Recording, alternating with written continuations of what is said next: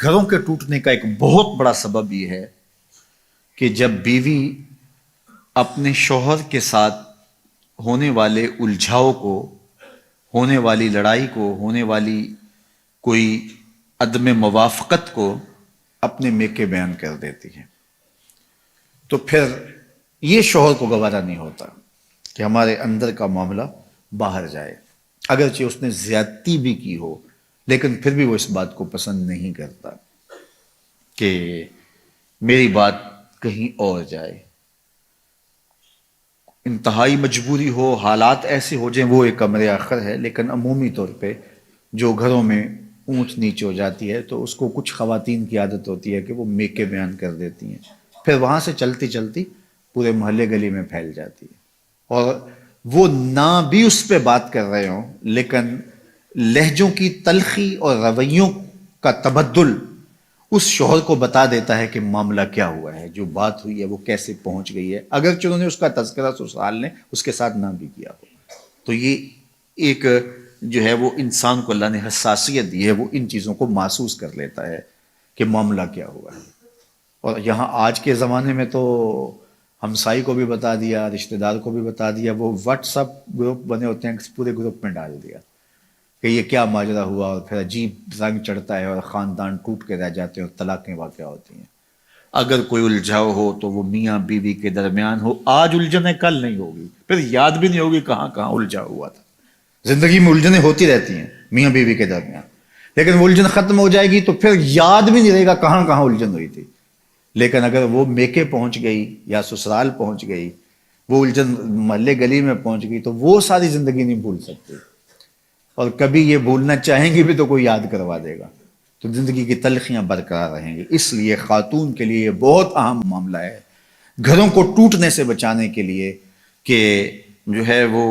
کبھی بھی اس معاملے کو آگے نہ بڑھنے دیا جائے۔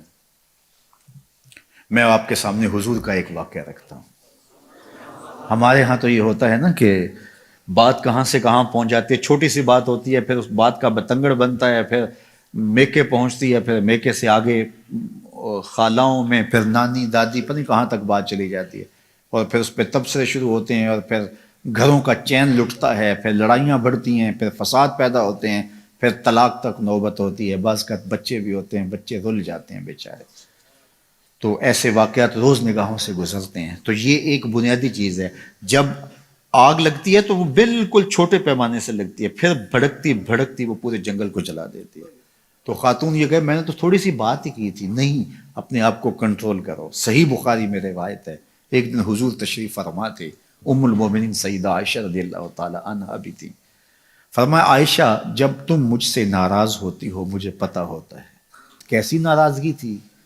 کہ حضرت عائشہ بتایا نہیں کہ میں ناراض ہوں، لیکن حضور فرمایا کہ جب تم ناراض ہوتی ہو، یہاں تو میکے تک پتہ ہوتا نا،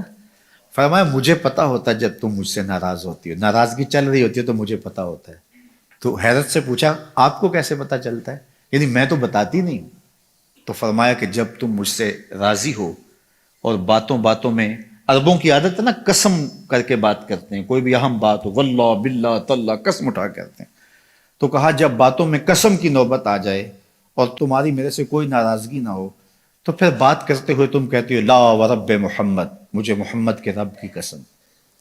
پھر تم کہتی ہو لا ورب محمد، مجھے محمد کے رب کی قسم، اور جب تمہارے اندر کوئی ناراضگی چل رہی ہو تو پھر بات قسم کی آئے تو تم کہتی ہو لا ورب ابراہیم، مجھے ابراہیم کے رب کی قسم۔ تو کہا یہ اس بات کا سائن ہے کہ کوئی ناراضگی چل رہی ہے۔ تو حضرت عائشہ رضی اللہ تعالیٰ عنہ مسکرا پڑی اور عرض کی یا رسول اللہ ما احجر الا اسمک، نام چھوڑتی ہوں دل میں آپ ہی ہوتے ہیں، نام چھوڑتی ہوں دل میں آپ ہی ہوتے ہیں۔ آپ دیکھیے کہ اگر کوئی طبیعتوں کے تفاوت کی وجہ سے کوئی ایسا معاملہ ہو بھی گیا تو کتنی حساسیت ہے ناراضگی کے اظہار کا۔ اللہ اکبر، یہ رنگ دیکھیے اور یہ جمال دیکھیے اور یہ خوبصورتی دیکھیے، چونکہ حضور سے اگر ناراض ہوتی ہیں تو پھر کوئی ایسی بات تو نہیں کر سکتی، صرف شوہر ہی نہیں رسول بھی تو ہے نا، کتنا بڑا منصب ہے۔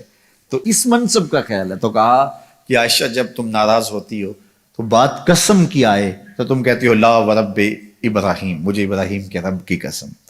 تو فرمایا لا احجر الا اسمک، حضور نام چھوڑتی ہوں دل میں آپ ہی بستے ہیں، دل میں ڈیرے آپ کے ہوتے ہیں، دل میں بسیرے آپ کے ہوتے ہیں. تو طبیعتوں کے اندر ایک دوسرے کا اتنا لحاظ رکھنا، یہ پھر طبیعتوں کے اندر بودھ کی بجائے قرب پیدا کرتا ہے.